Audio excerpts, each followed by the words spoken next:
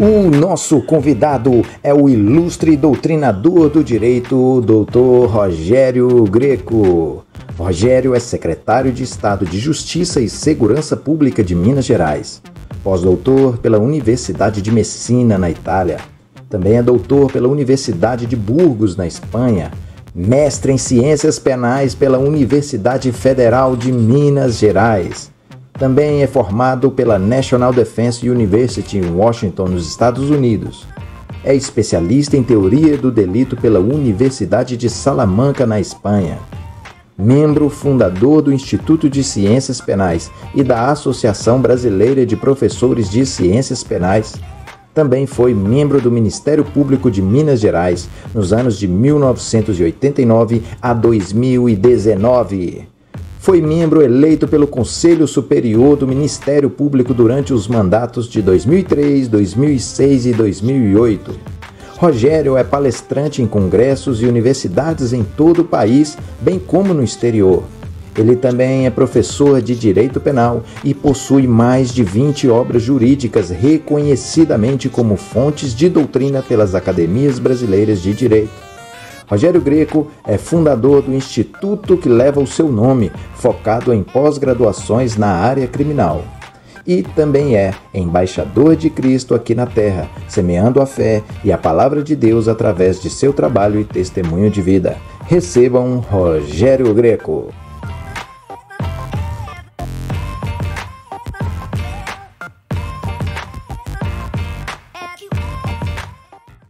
Prazer.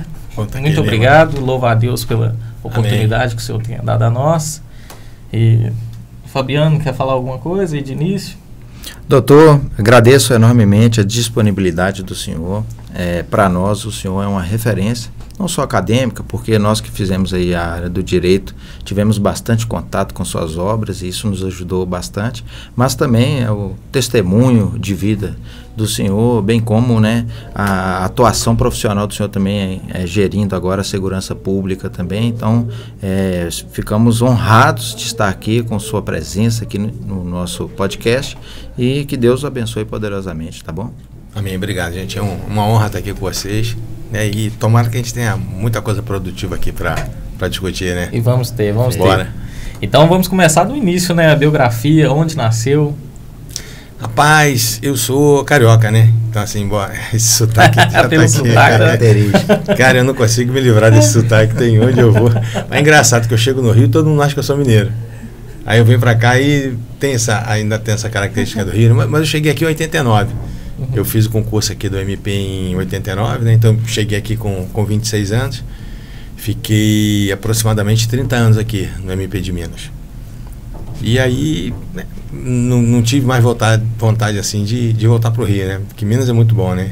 E quanto mais agora, né? Que principalmente a culinária, né?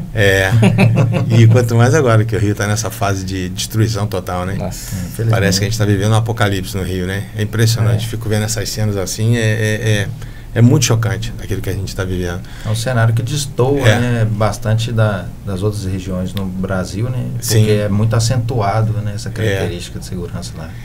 E aí depois, quando o governador Zema assumiu, né, ganhou as eleições, eu recebi um convite para participar de um processo de seleção para a Secretaria de Justiça e Segurança Pública, né? Eu achei legal porque eu já estava batendo 30 anos de MP, eu já ia sair do MP, então bateu certinho, na verdade, esse convite. E a única coisa que eu me encaixava assim, fora da minha função no MP, era algo ligado à segurança pública, que eu fazia já há muito tempo. Então, desde 2007, eu passei a fazer instruções do BOP do Rio, que me deu uma experiência muito bacana, assim, sabe? Em termos de... E eu fui com o BOP, assim, no Rio, em muitas comunidades. Naquela época estava um momento de pacificação. Então, eu fui em muitas comunidades pacificadas, não pacificadas. Então, eu conseguia enxergar exatamente o problema da violência no Rio, né? O que estava acontecendo naquele momento, né? E aí em 2010, inclusive, tive uma experiência assim que acho que pouca gente vai ter na vida, que foi a retomada do Complexo do Alemão.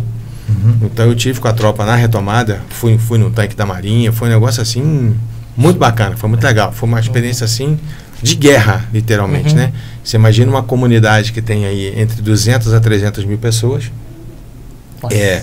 Muita gente. Mais do que quase da metade das cidades do Brasil, né, de porte médio. Muita gente. Então, imagina um ambiente confinado de 200 a 300 mil pessoas. Ali era um verdadeiro caos.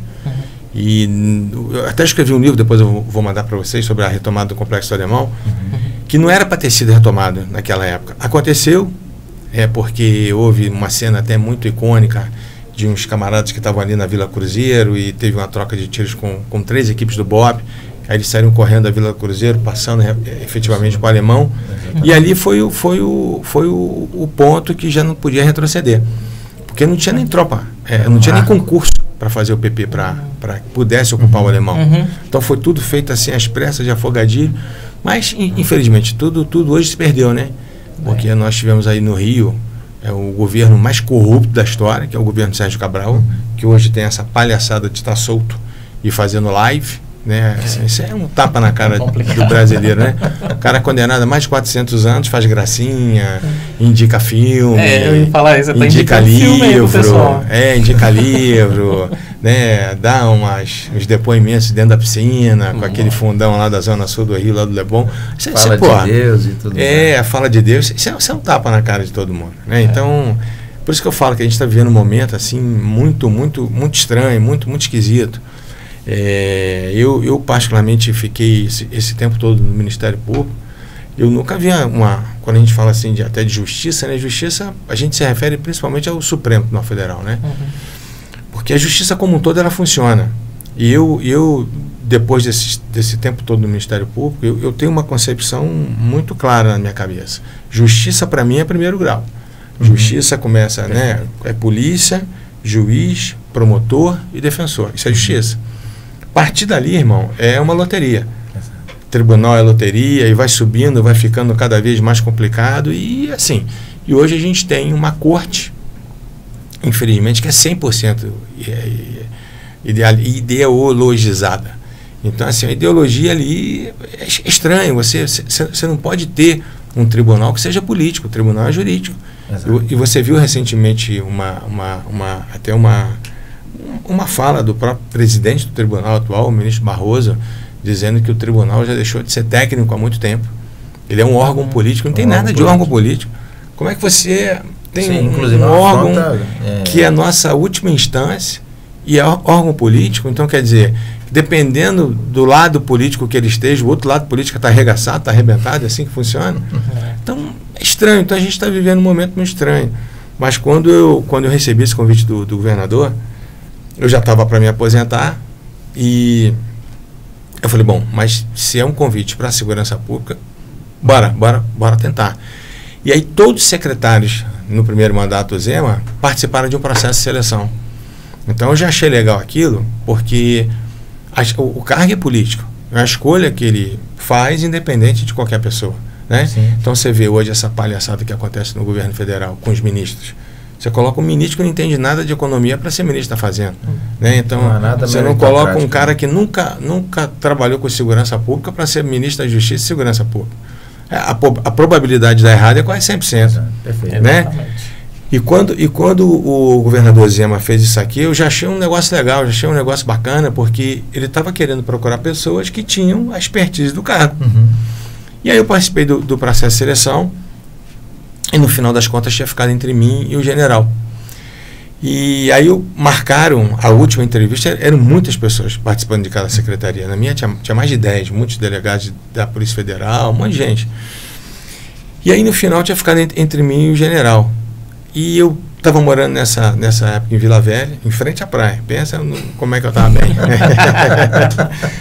Com a minha vida sossegada. E aí vim para cá numa segunda-feira para ser entrevistado pelo governador, mas a gente que é cristão, assim, a gente parece que Deus fala com a gente, né, em alguns momentos, né?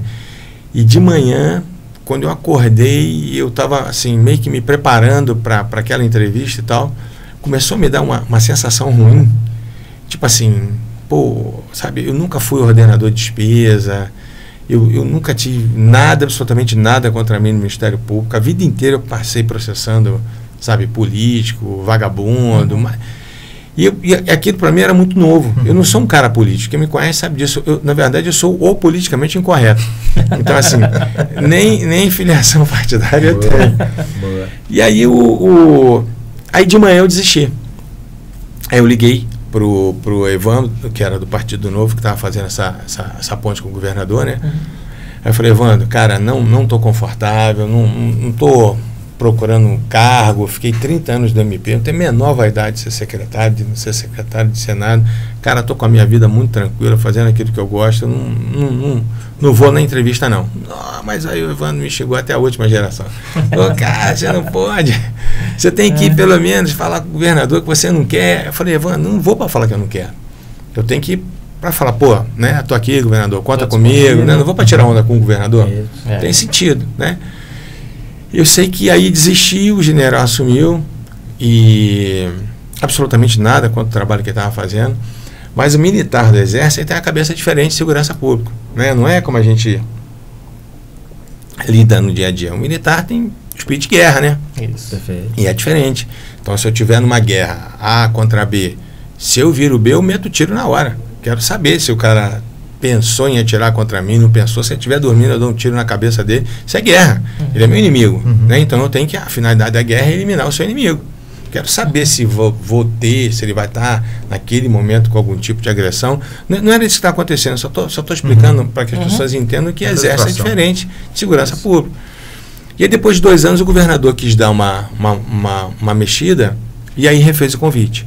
Aí eu já sabia quem era o governador, já sabia quem era a equipe, assim, fiquei muito mais tranquilo. E vou falar uma coisa com vocês aqui. Até hoje não tem filiação partidária. E a gente tem o privilégio de ter um governador como Zema. Assim, se ele se candidatasse à presidência do Brasil, seria uma coisa para a gente fantástica. E não é puxação de saco, não. Da mesma forma que eu entrei, eu saio. Eu não entrei com nenhum contato político. E nunca pedi a nenhum político para permanecer em cargo. O dia que o governador falar, pô, Rogério, né, a gente quer dar uma modificada, como fez? Quer dar uma oxigenada, queremos, né, dar uma mudada aqui, show de bola, eu vou sair elogiando do mesmo jeito. Porque eu nunca vi, honestamente falando, uma pessoa do estilo do Zema. Para começar, assim, vou te dar só pequenos exemplos para você ver qual é a cabeça do governador. Ele é um empresário. Ele doa o que ele recebe. Às vezes a gente vê as pessoas falam, não, aumentou em 300%. Pô, o Zema doa todo o que ele recebe. Ele não precisa disso, ele é um empresário muito bem sucedido, sabe? Então as pessoas ficam tentando pegar pontos que são ridículos, na verdade. E todos os secretários tinham na sua secretaria aquele negócio do copeiro, né, que serve cafezinho para todo mundo. O Zema acabou com aquilo. Cortou? Cortou tudo. Deu uma cafeteira para cada um. E falou assim, agora você compra a sua cápsula de café. E se você quiser servir os outros, você banca o seu café. Pô, normal. Sabe por que isso é legal? Porque isso é a nossa grana. Não é farra da grana do contribuinte.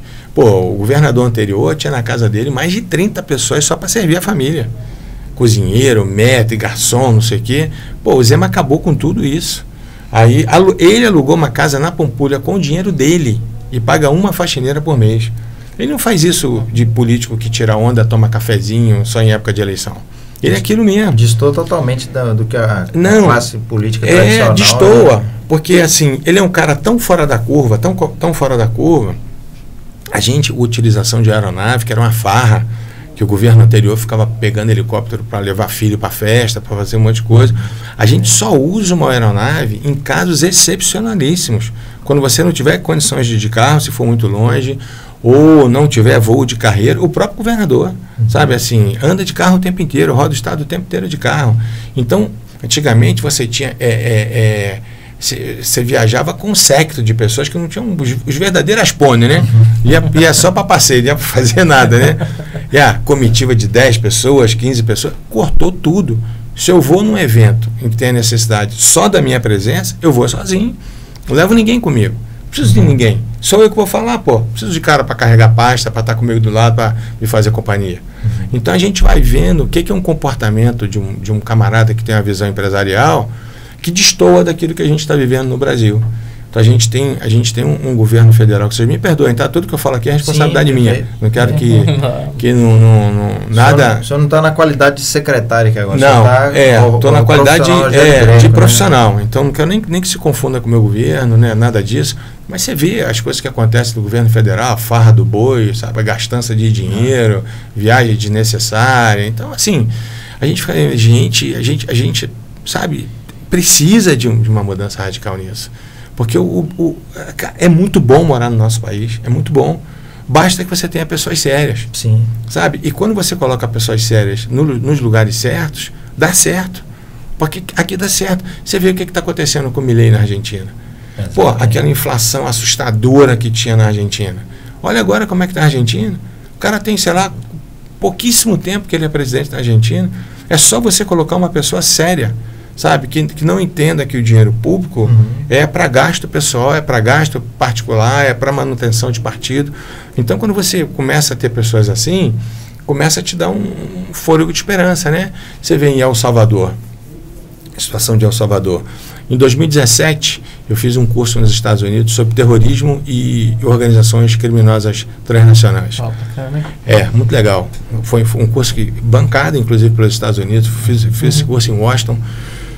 Assim, na época, um dos focos de estudo principal eram as maras, eram as pandilhas que tinham em El Salvador. Pô, era um dos países mais perigosos do mundo, com taxa de homicídio, acho que de mais de 150 para cada 100 mil habitantes, que é uma coisa assustadora. Surreal. Hoje, é menos de 0,5 por cada 100 mil habitantes. Você fala, gente, o que aconteceu com El Salvador? Como é que o cara conseguiu reduzir a criminalidade? É um dos países mais seguros do mundo. El Salvador. Cara, se aconteceu com El Salvador, por que não pode acontecer com a gente? Mas assim, o grande lance é que quando eu sou doido para ir em El Salvador, né? Toda hora eu fico botando pilha na galera. Pô, gente, vamos em El Salvador. A gente tem que entender, né? Exato. O que aconteceu? Mas o que eu fico, de uma coisa eu tenho certeza, nada do projeto vai dar certo se você não tiver um judiciário fechado com segurança pública. Porque assim, tudo que... E quando eu falo judiciário, não são os juízes, não são os tribunais. Quando eu falo de judiciário, é especificamente o Supremo Tribunal Federal. A gente tem, na minha concepção, a pior corte em toda a história do Supremo Tribunal Federal. Então, eu que estou falando isso, não é responsabilidade de vocês, não. Então, assim, eu estudo muito a respeito do Supremo Tribunal Federal. Eu fiz uma evolução histórica do Supremo Tribunal, desde da primeira Constituição, 1891. Assim, é assustador. É uma mudança tão radical, tão estranha, sabe? Princípios que, todo estudante de direito aprende no primeiro período, né? Que, você não pode aplicar analogia em Malamparte. Eles pegam uma lei de racismo, colocam homofobia dentro da lei de racismo por questões ideológicas. Tem nada a ver com o tipo penal do racismo. Ninguém aqui está querendo tratar mal uma pessoa pela sua opção sexual, mas eu não posso transformar isso em crime porque uma posição ideológica quer. E o Supremo, ele tem decisões tão absurdas que, por exemplo, muitas vezes, ou quase sempre, ele enxerga a inação do legislador como uma negligência. E não é. A inação do legislador é uma vontade do legislador. Por exemplo, você tem a previsão no Código Penal das possibilidades do crime de aborto, né, da realização do aborto. Em caso de estupro, aquelas coisas todas. Se o legislador não quer ampliar essas hipóteses, é porque ele está dizendo, tá bom assim, eu não quero mexer. Para o sistema jurídico penal brasileiro, o aborto tem que ser desse jeito, nessas hipóteses aqui. Eu não tenho que ampliar. Aí o Supremo acha que isso é uma omissão do legislador, porque a ideologia dele quer ampliar as hipóteses de aborto. Mas a inação do aborto é uma ação, é uma resposta. Falar, amigo, não quero mexer. O aborto só vai acontecer nessas hipóteses. E ponto. Acabou. Mas assim, tudo o Supremo quer mexer achando que a ideologia dele é mais correta. Então a gente está vendo, né, principalmente as decisões do Alexandre de Moraes, né, naqueles inquéritos lá da Covid, que a gente, né, eu até fiz um artigo, tem um livro chamado Inquérito do Fim do Mundo. Esse livro eu li, até compartilhei com alguns colegas. Sensacional. Foi o senhor, a Ludmila Lins e outros autores lá, né? A turma que estava meio que inconformada com isso, porque é engraçado, né? Quando eu estava Lava Jato, eu vi um monte de colega né, se auto-intitulando garantista, batendo no peito, não, isso é um absurdo, Lava Jato, né, nós que somos garantistas não podemos permitir uma coisa dessa. Garantista enquanto um monte de político corrupto, safado, nojento, estava sendo preso. Aí todo mundo é garantista, né? É engraçado que quando a pulseirinha de ouro se transformou em pulseira de aço, aí a casa caiu, né? Enquanto o cara estava lá no bem bom, ninguém falava de garantismo, estava tudo ok.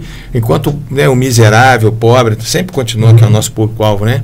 Estava sempre no padrão sendo preso, ok. Foi só o cara de classe média, média alta, meter uma algema no pulso dele para mudar tudo. Aí já vem a súmula vinculante número 11, né? Tendo que justificar o uso de algema. Que justificar o uso de algema, rapaz? Você tá louco? É necessário o uso dela. Cara, assim, são coisas tão absurdas, que eles pegam um padrão policial e transformam aquilo ali como se fosse ofensivo à dignidade da pessoa. Você não sabe quem você está prendendo. Tem um amigo, hoje ele é desembargador, mas tem um amigo que, na época, no Rio, ele era policial civil e ele foi prender. Aí, não foi nem ele, na verdade, uma equipe da delegacia dele foi prender um senhor por falta de pagamento de pensão alimentícia. Assim, aparentemente, o cara que deixou de pagar a pensão de alimentos, ele não tem nenhum risco com relação a essa pessoa, né? O cara deixou de pagar aquela coisa toda.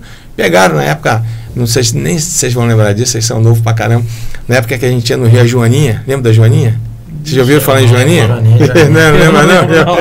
Você não deve ser novo pra caramba. Eu sou Joaninha era o Fusca, que era pintado de preto e branco. Aí a galera do Rio apelidou o Fusca da polícia de Joaninha. Ah, sim. Então o Fusca no Rio era chamado de Joaninha. E aí pegou o camarada, colocou no banco de trás, e o policial, estavam 2 policiais, o cara deixou a arma embaixo da coxa. Aí o que o cara fez? Como ele foi retirado do prédio e os vizinhos vendo, aquela situação de constrangimento, o cara ficou tão constrangido de ter entrado na viatura, ele tirou a arma do policial e deu um tiro na cabeça. Surtou. Dentro da viatura. Então, assim, o que acontece? Você não sabe o que se passa na cabeça das pessoas. A algemação é um padrão.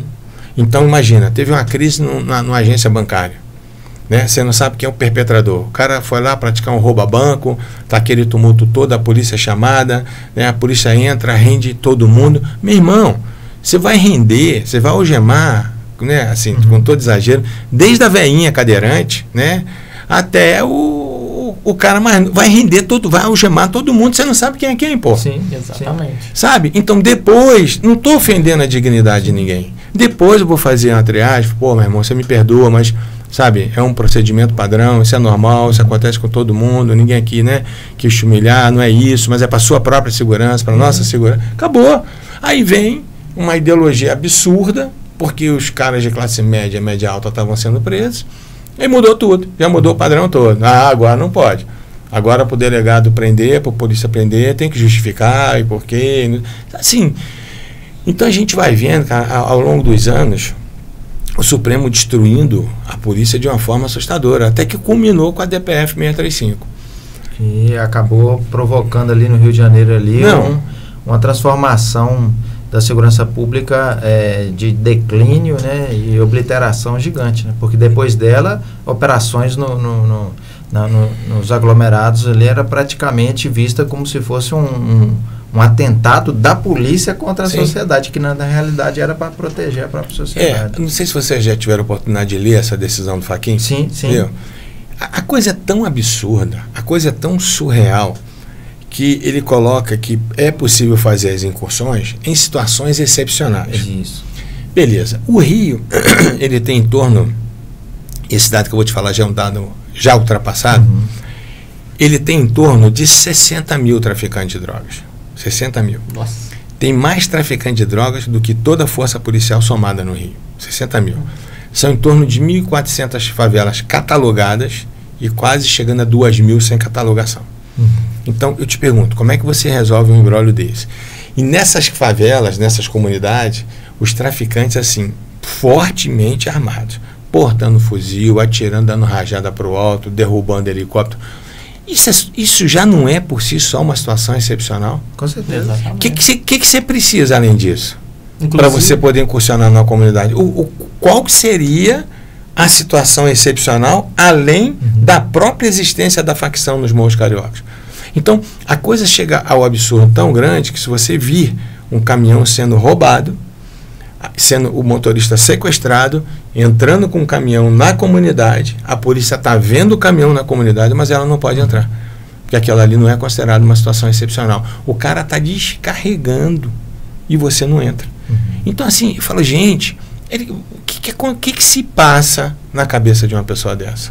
Muitos poderiam associar isso aí a corte ter um entendimento aliado à questão política, porque eles falam, não, que o pessoal de determinada linha política é defensor de bandido, está aliançado com criminosos, ou então faz parte de alguma organização criminosa. Mas também, eu inclusive está até nesse livro aqui, o Criminologia por Outro Ângulo, tem uma parte do livro que eu trouxe um termo, que eu discuto um trecho gigante a respeito dos julgados das cortes superiores. Não só o STF, mas também o STJ. Por exemplo, tem um aqui que eu desconstruo uma ação do Dr. Rogério Schietti. Ele utiliza argumentações de um livro de uma pesquisadora chamada Jéssica da Mata, que é A Política do Enquadro.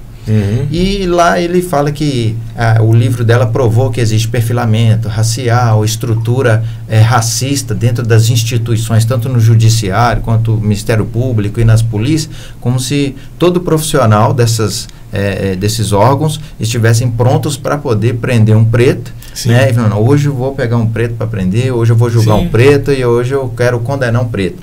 Só que não é isso que acontece. Quem está trabalhando nesses órgãos sabe que não existe isso. Ninguém acorda de manhã, não, hoje eu tenho que pegar um preto aqui, um pobre, e arrebentar com ele.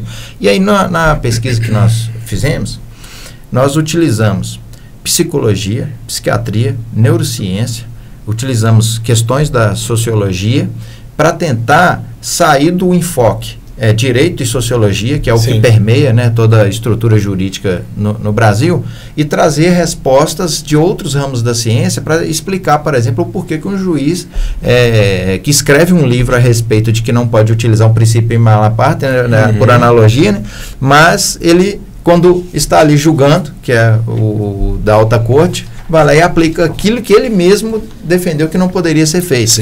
Né? Aí nós chamamos isso de dissociação criminológica, que a ideia é o seguinte: a dissociação na psicologia é um conceito que a pessoa formula na própria mente, através de vários processos, que dentre esses processos existe a figura da inserção ideológica. A ideologia forma nosso pensamento, mas ela não é determinante, ela é um ponto de influência. Existem outros tipos de processos, e aí nós elencamos 11 processos que fazem com que pessoas altamente gabaritadas consigam defender coisas tão abjetas e absurdas que esses indivíduos, eles quando são confrontados com o contraditório, com algo lógico, com algo concreto, eles não conseguem, eles se assustam e eles acham que o absurdo é quem está tentando mostrar para eles a realidade. E aí a psicologia chama isso de dissociação. Quando a gente traz isso para o aspecto da segurança pública, nós trazemos o termo criminológico. Por quê? Porque é os conceitos envoltos dessas questões. E aí eu mostrei essa ação do Dr. Rogério Schietti, que ele, no estudo da Jéssica da Mata, ela procurou atuar junto com os policiais de São Paulo somente em áreas com aglomeração. E nessas áreas, os 3 batalhões que ela analisou, esses batalhões, a população demográfica lá era preta e pobre. O que ela justificou no conceito e na conclusão da pesquisa dela? Que a polícia só prendeu preto e pobre. Mas a área dela era só isso. A área que foi trabalhar era só... O batalhão, ele só tinha aquela jurisdição ali. Ele não tinha outra área. Então, ela não ia ver outros tipos de ocorrências, né, em outras áreas. E aí, ou seja, a metodologia científica, eu falo que você não pode pegar uma parte e tomar pelo todo. Você precisa analisar todas as amostras para depois definir o que é aquele fenômeno. O que ela fez? Ela fez exatamente o que não se deve fazer metodologicamente. E aí o Dr. Rogério pega esse estudo e fundamenta na ação para absolver uma pessoa que cometeu um crime de roubo e colocou que aquela prisão foi em virtude da tonalidade da pele da pessoa. E aí, ou seja, você liberta um bandido que efetivamente praticou um ato criminoso e através de um conceito formado por uma dissociação, que é o que eu imagino que aconteça com esses ministros da alta corte. Por quê? Eles estão, vamos pegar aqui um exemplo, que isso é algo que qualquer pessoa pode assistir no YouTube. A ministra Carmen Lúcia, ela, naquele julgamento do TSE, ao definir aquela resolução, que foi, salvo engano, em outubro, foi setembro, ela falou assim, não, nós sabemos que isso aqui não é permitido pela doutrina jurídica, mas em virtude da circunstância, nós vamos excepcionalmente permitir. Não é brincadeira, né? E aí você fala, mas peraí, gente, mas para que existe a doutrina, para que existe a ciência penal? É muito seletivo, escolhe realmente quem aplicar.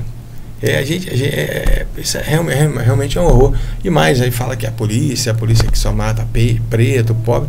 Se você for olhar a polícia militar, que é a nossa polícia ostensiva, a maioria da tropa é preta e parda.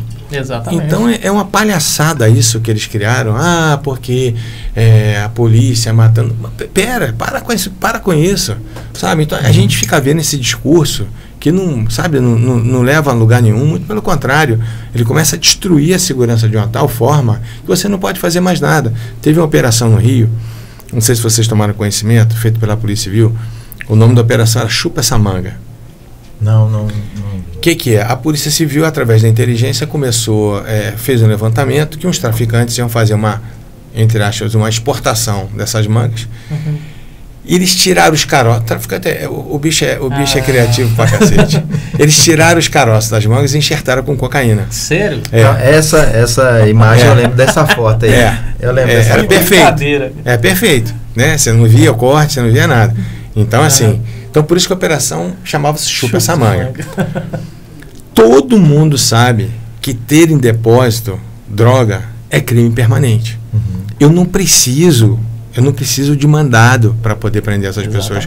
O crime permanente é o quê?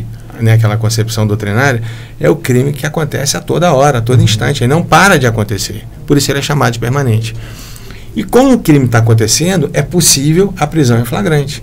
Como a polícia entrou no galpão, acho que era pouco depois das 6 horas da tarde, a operação foi toda destruída, dizendo que eles precisavam de mandado. Então, assim, 600 quilos de cocaína pura que iam ser enviados para o exterior. Então a gente vai vendo destruição atrás de destruição. Agora o que eles fizeram com a Lava Jato, quando a Operação Lava Jato começou, se não me engano, acho que foi em 2014, alguma coisa assim, né? Rapaz, eu vi aquilo ali, eu que sempre trabalhei com justiça, era difícil você colocar a mão num camarada de classe média, média alta, era muito difícil. Eu fui promotor de justiça em Betim. Quando eu cheguei em Betim em 90, mais ou menos, 90, 91, eu fiz uma espécie de lava-jato lá em Betim. Eu processei metade da Câmara de Vereadores de Betim. O presidente da Câmara, na época, ficou preso lá com a gente, ficou preso lá quase 4 anos. Era uma coisa assim inédita, porque isso não acontecia. Então, existe um Ministério Público antes e depois da Constituição de 88. Então, até a Constituição de 88, você tinha, né, você principalmente não vai lembrar nunca, né? Mas tinha o chamado promotor ad hoc. O que era o promotor ad hoc? Como faltava promotor na comarca, o juiz pegava um advogado e nomeava esse advogado como promotor daquele caso. Era. Tinha para a turma da polícia, tinha o delegado calça curta. O que era o delegado calça curta? Como não tinha delegado da Polícia Civil, normalmente se pegava um sargento bom de serviço, truculento, e botava o cara como delegado. Então, assim, isso tudo acontecia antes da Constituição de 88. Veio a Constituição de 88 e deu uma virada de página no MP, na magistratura, na polícia, em todo mundo. Então, o MP passou a ter garantias que ele não tinha antes. Então, vitaliciedade, inamovibilidade, redutibilidade de vencimentos, tal. E a garantia da inamovibilidade fez com que o MP crescesse muito, muito. Por que eu estou te falando isso? Quando eu comecei essa operação lá em Betim, aí os políticos começaram a falar assim, nós vamos tirar o Rogério. Eu ia fazer essa pergunta agora. E assim, os meus amigos do meu concurso, todos já estavam em Belo Horizonte, eu estava doido para vir para Belo Horizonte. Mas quando os caras começavam nesse negócio, nós vamos tirar o Rogério, eu falava, agora que eu não saio. Agora que eu fico. E aí eu fiquei quase 4 anos em Betim, só por conta de pirraça minha, porque os caras ficavam jogando na cidade que eu ia sair. Então, assim, mas era uma mudança, sabe, de paradigma. Então veio a Operação Lava Jato e mudou o foco, né? Mudou a mira da metralhadora. Antes era só o pobre, era só o miserável, aquele camarada que é o nosso público aí já de sempre. Começou a prender político, começou a prender grandes empresários. Pô, e o Brasil pirando, o Brasil vibrando com isso, sabe? E condenações legítimas, condenações mais do que provadas. Tanto é que a Lava Jato trouxe de volta bilhões aos cofres públicos. Então, como é que você traz bilhões aos cofres públicos se tudo aquilo ali foi armado? Como é que o cara faz uma delação, como é que ele faz um acordo com o Ministério Público, devolvendo milhões, óbvio que ele nunca vai devolver tudo, né, que você não sabe quanto que o cara pegou, ele tem sempre uma reserva de caixa para ele, né? Mas ok, mas devolveu milhões. Como é que você devolve milhões se você não tiver subtraído? Exatamente, se não fez nada. Se não fez nada, né? Agora mesmo. Então, assim, aí você vai ver na mudança. Eu vi o ministro Barroso falando que essa turma do 8 de janeiro, eles não aceitaram o acordo de não persecução penal. Eu falei, amigo, se eu sou inocente, eu não aceito nada. Eu não sou obrigado a aceitar nada. Então, assim, tipo, eles estão presos porque não aceitaram o acordo. Como assim? Como assim estão presos porque não aceitaram o acordo? Eu não sou obrigado a aceitar acordo. Se eu me considero inocente, eu não vou me entender culpado porque eu quero fazer um acordo com você para pagar uma multa, para não fazer. Sabe, não é assim que funciona. Então eles destroem uma operação como a Operação Lava Jato. Você vê o Toffoli agora, né? Acabou com o acordo que tinha sido feito com o Odebrecht. Do Palocci agora. Palocci agora. A coisa é muito assustadora. Muito assustadora. Com certeza. O Toffoli, o tempo inteiro chamado do amigo do meu pai, com gravações. Eu via o depoimento do Marcelo Odebrecht falando que o amigo do meu pai era o Toffoli. Aí depois teve a revista, acho que Cruzoé, que foi censurada. Então, assim, mas pera, que negócio é esse que a gente está vivendo? Por outro lado, uma senhora, mãe de família, que pichou a estátua da justiça lá com batom, está presa. Matou uma cabeleireira, né? Não, assim, é um absurdo, é tão grande. Aí eles vêm e começam a falar do tal de juiz de garantias. Aquilo sempre foi aquela palavra, o juiz que participa da fase do inquérito, das investigações, ele está contaminado com as provas. Tanto fizeram, que criaram o tal de juiz de garantias. Então, até o oferecimento da denúncia o camarada que vai participar do inquérito, né? Na apuração das provas do inquérito, com expedição de mandato, isso, aquilo outro. Recebeu a denúncia, já tem o juiz do processo conhecimento. Bacana, mas espera, o Supremo brigou tanto pelo juiz de garantias, mas o juiz de garantias não se aplica a eles? Porque assim, você tem o Alexandre de Moraes como vítima, você tem ele como investigador, você tem ele como acusador, você tem ele como juiz, que não abre mão de julgar. Mas pera, vocês brigaram pelo juiz de garantia, só que não se aplica. Então, assim, é muito complicado. Sabe? Então a gente. Estranho. Não é esquisito? Igual eu tava vendo tá te cortando. A oitiva do Cid. Eu tô começando a assistir agora. E aí o ministro fala assim: quando que vocês começaram a me investigar, a me monitorar? Ou seja, ele já olhou que ele é vítima. E ao mesmo tempo ele está julgando. Então soa estranho para quem só fez o direito, fez a faculdade lá. Não é. E assim, quem fica à frente da delação não é o juiz homologa. Quem tem que ficar é o delegado de polícia, quem tem que ficar é o Ministério Público, não é o juiz. A função do juiz ali é homologar a delação, ver se não houve nenhuma ilegalidade, nenhum abuso, nenhum arbítrio na delação, sabe? Se ela não está sendo realmente assim, leonina. A função do juiz é essa. Não é a função do juiz tomar o depoimento do camarada para dizer, você não falou uma coisa lá atrás, mas não falou? Como assim que eu não falei? Como é que você está sabendo de coisa que eu não falei? Então, assim, é tão estranho. A gente está vivendo um momento assim de justiça no país tão complicado e a gente fica sem rumo. Por quê? Porque você conta, na verdade, para resolver os seus problemas é com o Poder Judiciário. Então você espera que você tenha um Poder Judiciário isento. Sim, e a gente tem aquela segurança jurídica. Não é assim, poxa, aconteceu alguma coisa, vou recorrer ao Judiciário. O Judiciário, poxa, né, vai ser minha tábua de salvação, é nele que eu vou confiar para que ele faça justiça. Esse conceito de justiça já acabou há muito tempo. A gente vai para aquela máxima do Rui Barbosa, que fala o seguinte, que a pior ditadura seria a ditadura do Judiciário. É isso aí. Porque não tem a quem recorrer. É isso aí. E quanto mais quando você está lidando com a última corte, né? Aí que não tem a recorrer mesmo. Não tem recurso. Enquanto você está lidando com o primeiro grau, com o segundo grau, até com o STJ, supostamente você tem a quem recorrer.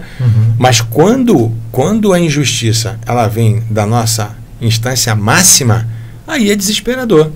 Então você vê ministros se antecipando decisão. Já viu Gilmar Mendes, por exemplo, que existe um movimento muito forte de modificação na Constituição para limitar os poderes do Supremo. E eles já se manifestaram que assim, a Corte não precisa ter limitação nenhuma. E se houver essa limitação por parte do Congresso, eles vão analisar essa limitação. Ou seja, eles vão declarar a inconstitucionalidade da norma que limitou. Então, aí você fala, gente, como é que a gente resolve esse problema? Vai virar o caso da Venezuela, que lá ocorreu esse tipo de processo e exatamente. Então, assim, é um momento, assim, na minha opinião, mais delicado do país. Eu nunca vi. E o senhor acredita que, assim como tem essa força, né, dominante que tem promovido esse tipo de circunstância surreal, a gente também tem um grande número de profissionais, tanto Judiciário, Ministério Público e outros tipos de órgãos que militam pela coerência da justiça, pela coerência das regras, né? As regras, elas existem, estão todas positivadas aí, todo mundo sabe de que maneira que tem que ser feito. Só que eles não estão em posição de mudar essa estrutura, né, através de suas ações e seus ofícios. Em tese, seria o Senado capaz de poder atuar mais diretamente, né, em cima dessa circunstância anômala que a gente está vivendo.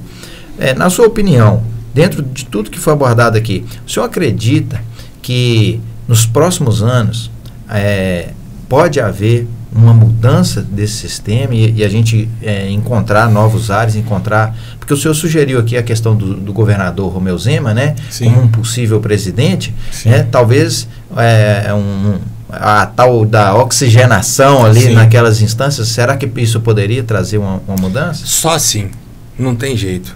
É só a gente fazer uma escolha certa.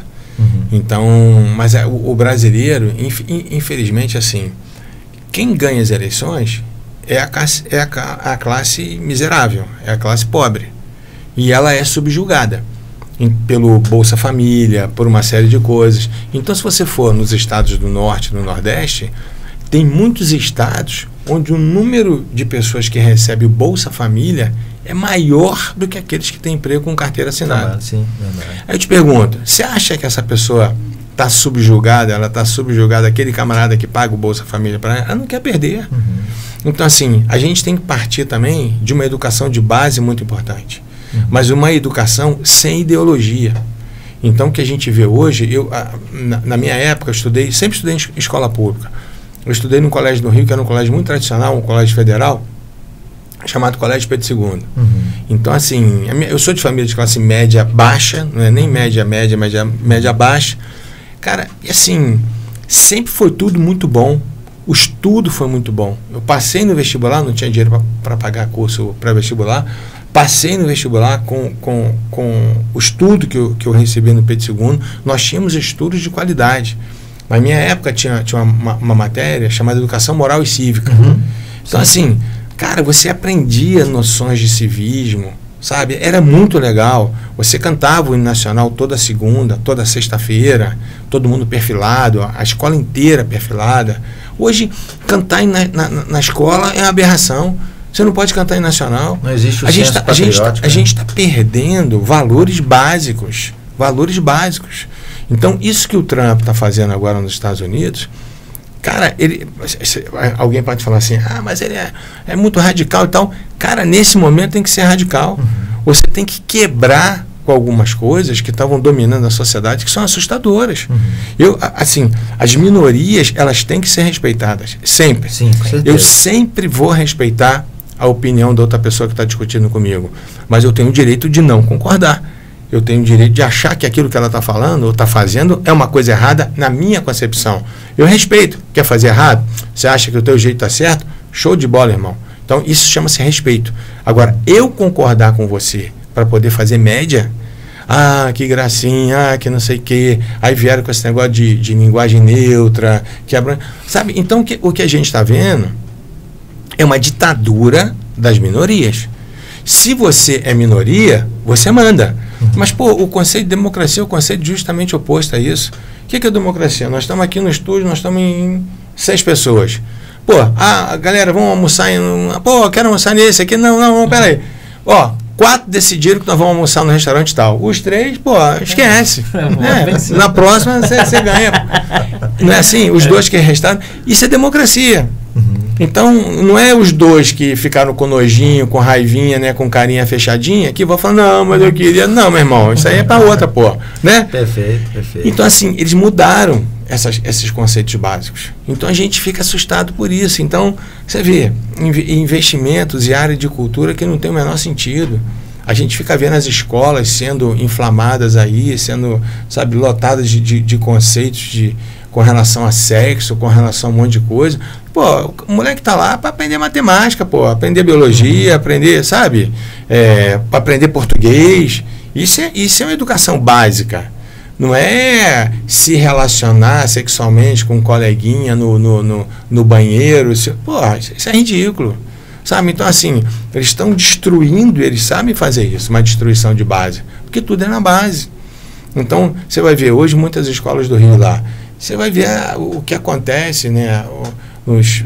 Nas danças, não sei o que, é tudo explorando a parte sexual da criança. Você estimula isso uma criança muito cedo. O moleque tem que brincar, pô. Hoje é até ridículo falar uma coisa dessa, que o moleque vai pra rua jogar bola de gude, jogar futebol, ninguém faz mais nada disso, né? Ele nem sabe o que é isso. Não sabe, já passou o tempo também, não adianta você querer voltar no tempo, acabou, aquele tempo acabou, não dá pra voltar, gente, a partir de amanhã todo mundo joga bola de gude, né? Não, acabou. Sim. Porque a tecnologia, inclusive, ela foi muito boa por um ponto e terrível por outro. Eu tenho uma filha, a Dani, que mora em Portugal. Ela até que coordena o nosso curso de pós-graduação. A gente tem um curso muito legal de ciências penais, segurança pública, tal. Tem vários outros cursos. A Dani tem 3 filhos, tem 3 netos, com a Dani que mora em Portugal. Ela só deixa os filhos assistirem televisão 2 horas por semana na sexta-feira. Excelente. Os moleques dela não pegam celular, não existe iPad, não existe nada disso. E os meninos são bicho, assim, de inteligência, sabe? Os meus sobrinhos também, eles fazem aquele homeschooling. Pô, rapaz, conversa a história com ele, dá vergonha na gente. Eu fui viajar com a minha mulher. Tá no homeschooling, ela tá com 3 anos, aí ela tá falando inglês e... Não, eu fui viajar com a minha mulher, a gente foi não sei pra onde aí, e falamos no Rio. Pô, e meu sobrinho, esse rio passa no seu... Eu falei, rapaz, não sei nem como é que é o nome do rio, tu sabe onde é que é. Então, assim, sabe, e outra, aí quando a coisa dá certo, eles querem destruir, querem acabar com o homeschooling. Exato. Porque no homeschooling você não tem relacionamento com outras. Que palhaçada é essa, rapaz? Criança se relaciona, sabe, na igreja, aí, em casa, com os amigos. Um monte de lugar. Aí você tem as escolas cívico-militares. Aí já entram na justiça para não poder ter escolas cívico-militares. Amigo, se você não quer entrar na escola cívico-militar, não se matricule. Mas tem gente que quer, pô. Eu fiquei na época que tinha, antes do X, né, do X, era o Twitter. E eu só tenho Instagram e o Facebook como rede social há muitos anos isso. Eu falei, pô, vou entrar no Twitter para ver como é que era. Eu durei 2 dias no Twitter. Sério, tô te falando uma boa. Eu fiz 2 postagens, cara. Foi suficiente para acabarem comigo. E eu não dava conta de... Assim, é uma coisa assustadora. Uma das postagens, teve um moleque que estava reclamando não sei o quê, que ele queria entrar no colégio militar. Ele estava entrando na justiça porque ele estava querendo entrar no colégio militar, mas ele não queria cortar o cabelo. Eu falei, meu irmão, deixa eu te falar uma coisa. Tu tem 1 milhão de escolas. Tu vai querer entrar justamente no colégio militar para não cortar o cabelo? Porra, me ajuda, porra. Procura outro, tem um monte de escola, pô. Vai querer justamente essa para você fazer a gracinha de não cortar o cabelo, né? Aí tinha uma outra que parece que é aquela Ludmilla, que estava fazendo a música sobre maconha, não sei o quê, foi no programa lá da da Rede Globo, fazendo apologia à maconha. Eu falei, porra, como é que a gente tem inversão de valores? Vai a mulher lá fazer apologia à maconha, maconheiro, né, o traficante, todo mundo aplaude. Tudo certo. Se vai cantar o hino nacional, todo mundo xinga. É um absurdo. Só fez essas duas potagens. Aí os caras começaram assim. Começou assim. Discurso de ódio. Eu dormia com os 100 comentários, acordei com os 10 milhões, exagerando, né? Eu falei, caramba, não. Isso aqui é terra de ninguém. E saí desse Twitter. Eles mudaram dessa semântica, né? Dessa ideia de discurso de ódio, que o discurso de ódio tinha que ser o desejo de matar alguém, o desejo de eliminar. O discurso de ódio é simples. É só você não concordar com ele. É o discurso de ódio. Se você não concorda com a pessoa, ele já tem um nomezinho prontinho, que é o fascista. Exatamente. Né? Eles não sabem nem o que é ser fascista, eles defendem pessoas... Não o significado da palavra. Eles não sabem nem o que significa isso, mas é legal chamar de fascista. Não, fascista. Discurso de ódio. Não sei o quê. Pô, e eles é que mais têm discurso de ódio. E eles é que não toleram um camarada que é cristão. Pô, eu escrevi um livro sobre terrorismo, e assim, eu estudei bastante essa coisa, principalmente do Islã. Rapaz, não sei se vocês lembram disso, de um camarada que até faleceu recentemente, chama Salman Rushdie. Ele escreveu um livro chamado Versos Satânicos. Ele criticando o Alcorão. Ele era muçulmano, mas ele estava criticando o Alcorão. Os muçulmanos soltaram a Fatah. Vocês sabem o que é uma Fatah? Não. A Fatah é como se fosse um salve dessas facções criminosas. Sim. Entendeu? A Fatah é isso. Era uma determinação para quem encontrasse o Salman Rushdie, tinha o direito e o dever de matar esse camarada. Esse camarada ficou foragido a vida inteira, porque ele escreveu um livro que falava algumas coisas que eram contra aquilo que estava escrito no Alcorão, contra o Islã. Todo mundo faz peça criticando o cristão. Você viu aquela cambada de Charlie Hebdo na França. O Charlie Hebdo, o Porta dos Fundos, fazendo negocinho de final do ano, fazendo Santa Ceia, criticando todo mundo Natal. Jesus gay. Faz isso. Experimenta fazer do Islã. Faz isso. Experimenta. Não é tão macho assim? Faz isso com as outras religiões. Porque o cristão é pacífico. Sim. Entendeu? A gente assimila, a gente não... Então, nós que temos o discurso de ódio. Entendeu? Então, eles invertem as coisas. Eles taxam você aquilo que, na verdade, eles são. Seria o decálogo de Lenin, né? Que é acuse-os daquilo que Exatamente. você faz. Exatamente. Então, mas, enfim. Ô Rogério, o senhor estava falando aí do colégio, eu sou defensor, meus filhos estudam no Tiradentes. Sim. Inclusive, aí a gente fala o paisano civil comum, fica criticando, tadinho dos meninos, ao tanto, porque são muitos livros. Sim. E todo dia para casa. Sim. E tem que estudar para a prova. A prima do meu filho, mais velho, ela estava no primeiro ano. E ela não sabia fazer um trabalho. Com quem que ela foi lá para tirar as dúvidas? Meu menino no sexto ano. Ela no primeiro ano do ensino médio não sabia fazer. Meu menino que estava na sexta série estava ensinando ela a fazer os trabalhos. Sim. Então, e ele tem isso. Inclusive o meu mais novo agora de 7 anos, ele fica perguntando por que nas outras escolas não se canta o hino nacional, não fica em posição de sentido. Quando o professor entra na sala, tem o anúncio, tem aquele todo ritual militar. Por que não tem nas outras escolas? E realmente é uma disciplina e eu vejo como um ponto muito positivo na educação da sociedade. Aprende a ter respeito pelas pessoas. Respeito. Sabe? E assim, e hoje a falta de respeito, ela começa em casa. Os filhos não respeitam os pais. Eu tenho 5 filhos. E assim, cara, todo mundo foi criado, ninguém vai me levar a mão que eu vou dizer não, mas tinha uma varinha e assim... Se fosse preciso corrigir, era corrigido. É claro que até bíblico, né? Eu aplicava o princípio da proporcionalidade, né? A varada variava de acordo com a gravidade do fato, né?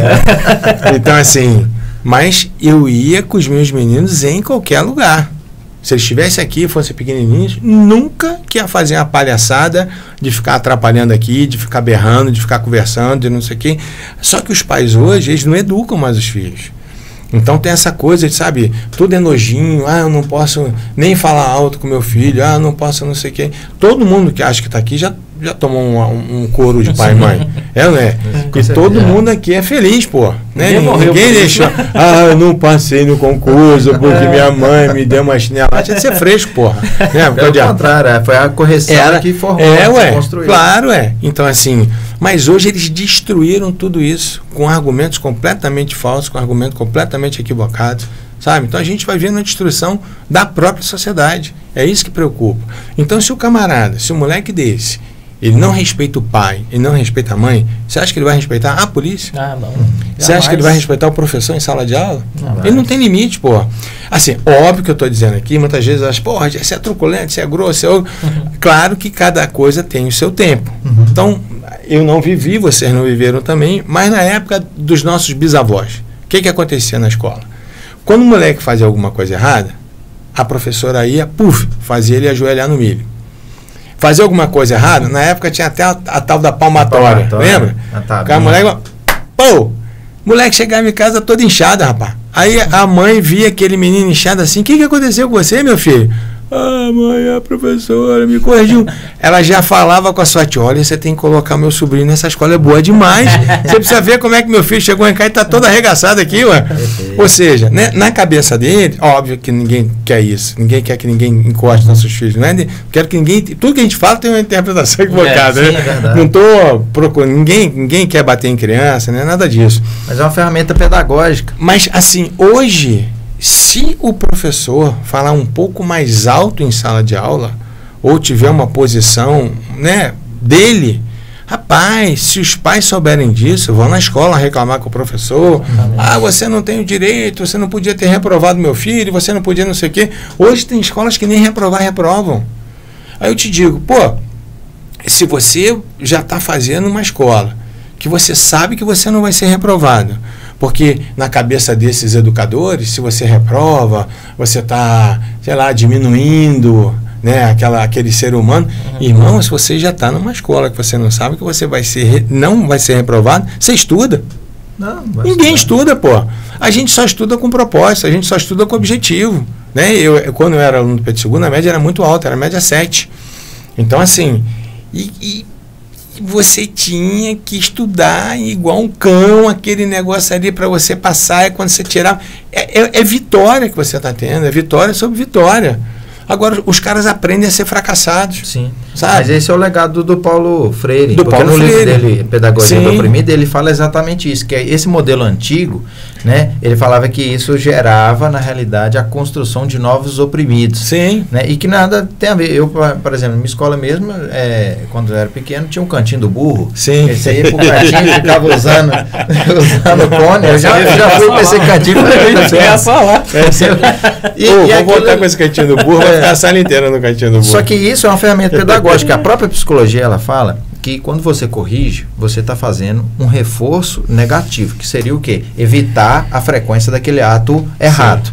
Quando você traz ali um benefício para a pessoa, por exemplo, eu fiz algo errado, mas ninguém fez nada contra mim, então fui beneficiado. Sim. Por quê? Acabei de cometer uma infração ali que não pode, né? Vamos supor, um menino chuta a nossa canela e eu dou um pirulito, ele vai chutar de novo, porque quer mais um pirulito. E aí é um reforço positivo de uma atitude negativa. Sim. Então, ou seja, a psicologia já trata isso aí. Só que vem Paulo Freire, que nem era pedagogo, era um advogado, faz uma construção argumentativa e meio que sociológica daquilo ali, e sem nenhum tipo de ciência no que ele falava, ele gera todo um arcabouço de medidas na educação brasileira, que eu acredito que é o que resultou hoje no que a gente vive hoje, por causa desse medo em si, né? Eu e minha esposa, a gente até, quando está em algum lugar, precisa corrigir a criança, né? A gente... antigamente no início a gente escolhia qual medida de correção que iria fazer em público, porque fala assim, não, se a gente corrigir dessa forma, outros vão olhar, daqui a pouco pensa que não, o conselho tutelar está batendo na nossa porta. Mas depois de um tempo passamos a entender que as outras pessoas que estão ao redor, tem muitas pessoas que falam, nossa, eu gostaria de ter feito com meu menino igual esse casal fez aqui. Então eu acredito que esse aspecto moral e de limitador, né, de falar assim, nossa, eu preciso corrigir aqui o meu filho ou os nossos jovens, eu acredito que dentro em breve vai haver uma certa volta a esse estilo de correção. Por quê? Vou dar um exemplo, senhor. Recentemente agora, mês de janeiro, a empresa Mar Access Management lançou um estudo agora no Brasil, mostrando que em 2026 e em 2030, o crescimento do público cristão vai interferir na sociedade, tanto no aspecto da segurança pública, quanto no aspecto das eleições. Inclusive, eles têm os gráficos que mostram que se os partidos políticos não se atentarem aos anseios desse público que está surgindo, vai haver uma derrota gigante para quem não atendesse essa demanda. Eles estavam mostrando que da última eleição para cá, Rondônia, Amazonas e Espírito Santo, isso é o estudo deles, a maioria agora é evangélico. Sim. A maioria. E em 2026, mais 2 estados também vão alcançar. Sim. E não só pelo fato de ser evangélico, mas pelo fato do número de pessoas que estão aderindo a um conceito religioso. Só que o cristianismo atual e moderno, ele trabalha o quê? Se você trabalhar, se você estudar, se você se empenhar, você é um abençoado por Deus. Por quê? Porque você está buscando e você está servindo ao reino. Então, se você buscar o reino, as outras coisas serão acrescentadas. Então, você não vai precisar de bolsa para isso. Você não vai precisar de uma assistência do governo para você ser abençoado. Porque se você está precisando de assistência do governo, você não está no propósito de Deus para a sua vida. Porque Deus, Ele quer que você não mendigue o pão. Se você está mendigando o pão, você não está vivendo o propósito de Deus, porque a própria Bíblia fala que nunca viu um justo mendigar o pão. Então, ou seja, existe um conceito cristão que fomenta para as pessoas abrir mão do assistencialismo e buscar a promoção da própria construção de si mesmo, né, na sociedade. E aí essa instituição que elencou esse estudo, analisou esse vetor do lado religioso e comparou com os índices criminais, mas também os índices dos aspectos políticos e econômicos. E fez um traçado de prospecção para 2026 e 2030 de que esse público está crescendo ano após ano. A base deles foi o número de CNPJs abertos a cada ano, e a cada ano 5 mil CNPJs de instituições religiosas cristãs estão sendo abertos. Em 2026, com a evolução que está, vai chegar em torno de 800 mil pessoas se convertendo, e em 2030 mais 1,5 milhão. Então, ou seja, é só um público que pode interferir. Olha, quantos criminosos que se convertem, que deixam de praticar o crime? Os meninos que sabem. Eu prendi meu próprio irmão. Caramba. Meu irmão, ele mudou a atitude dele. Hoje é uma pessoa honesta. Sim. Mas por quê? Existe a questão, antigamente, quando ele cometia crime, ele voltava a praticar delitos porque ficava só 6 meses na cadeia, ficava 1 ano e tal. Na prisão que eu consegui, junto com outros policiais, desenvolver para que ele fosse preso, ele ficou 7 anos no fechado. E aí ele já sentiu o baque. Depois veio a fé, dentro lá da cadeia, a Igreja Universal evangelizou ele, e ele desistiu da vontade que ele tinha, do ódio que ele tinha contra mim, pelo fato de eu ter feito isso. Aí, quando saiu da cadeia, pediu perdão e nós fomos tentar ajudá-lo. Hoje, ele é um cara honesto. Ou seja, é a prova de que existe solução para a criminalidade. Mas o que precisa? De rigidez de pena. O que precisa? De incentivar aquela pessoa. Não, vão trabalhar. Hoje, tudo dele não, eu quero trabalho. Eu quero, estou precisando de trabalhar. Vamos fazer. Vai lá, mexe com o eletricista, mexe com vários tipos de atividade. Então, ou seja, a fé, ela traz esse aspecto moral. Só que esse estudo, que foi feito por uma instituição que não tem nada a ver com a religião, esse estudo mostra que se as políticas públicas e o sistema, estatal como um todo estamento, prestar atenção nesse público, é possível que a gente vê algo esperançoso, dentro dos próximos anos aqui no nosso país, na nossa realidade do nosso país. Assim como está acontecendo em alguns outros países também. Se a gente realmente tiver esse vetor da moral cristã sobressaindo nas relações sociais, será que a gente poderia ver a segurança pública e também esse problema do judiciário ser transformado? Não pela questão religiosa em si, porque a gente entende que o Estado tem que ser laico, mas pela questão da moralidade, daquilo que é certo, o que é errado, e saber pautar aquilo aí. O que o senhor acha disso? Eu concordo 100%. Eu acho que isso aí na verdade, se não for a única, é uma das grandes alternativas que a gente tem. Então, quando as pessoas conhecem realmente a palavra, conhecem realmente a vontade de Deus, sabem, realmente conhecem os princípios, eu acho que tudo muda, né? Então, e o Brasil está precisando voltar a isso. Então, a gente está ficando assim, como que eu posso dizer? Não é ser um cristão radical, como as pessoas falam. Muitas vezes chamam a gente assim, esse é o evangélico é radical, não sei o que é radical. Não é ser radical. Mas se pelo menos você obedecer aos princípios bíblicos, eu tenho certeza que essa nossa sociedade muda. E a ressocialização, quando você falou do seu irmão, na minha cabeça ela acontece quando você consegue reunir um tripé. Você falou da Universal. A Universal faz um trabalho fantástico nas unidades prisionais. Fantástico. Exatamente. Quando eu cheguei na secretaria, até foi um grupo de pastores da Universal conversar comigo, que estavam tendo algumas restrições e tal. Eu reuni a turma do DEPEN, falei, olha, porta escancarada aqui para a Universal e todas as outras que quiserem ajudar. Porque é difícil você arrumar quem quer ajudar. E aquele que quer ajudar já é atrapalhado. Então, assim, o tripé que eu vejo que funciona é trabalho, educação e a parte espiritual do preso. Então, quando você consegue juntar isso tudo, a possibilidade de ressocialização ela é muito grande, ela beira aí aos 100%. O senhor escreveu um livro sobre o apóstolo Paulo, Escrevi. Não é verdade? Nós vimos lá, conta meio que uma espécie de um romance com os fatos históricos dele. Muitas pessoas têm dificuldade de ler a Bíblia, né? Então acham, a Bíblia é difícil, não sei o quê, tal. Então, eu tive um insight assim de escrever um livro baseado no livro de Atos, contando a história de Paulo, que Paulo é um cara diferenciado, né? Sim. Paulo é Paulo, né? Então, É Paulo. se você olhar a história de Paulo, você só não se converte porque você não... Tá com o coração fechado tá mesmo. fechado. Porque é um cara que tinha tudo para ser o que ele quisesse. Tanto é que quando Paulo ele era interpelado pelos judeus, né? A primeira pergunta que o Paulo falava assim, vem cá, você estudou com quem? O que você sabe de escritura? Eu estudei com Gamaliel. Gamaliel, para a galera que não conhece, era como se fosse assim, o suprassumo das leis judaicas. Então não era você que ia estudar com Gamaliel, era Gamaliel que escolhia você para estudar com ele. E estudar com Gamaliel não era de 6 da manhã ao meio-dia, era andar com Gamaliel, que é diferente. Porque uma coisa, você está conversando comigo aqui, outra coisa é você conviver comigo. Saber se aquilo que eu estou falando para você aqui, eu vou fazer no meu dia a dia. Exatamente. Então, antigamente, quando você estudava, quando você era discípulo, você basicamente vivia com a pessoa.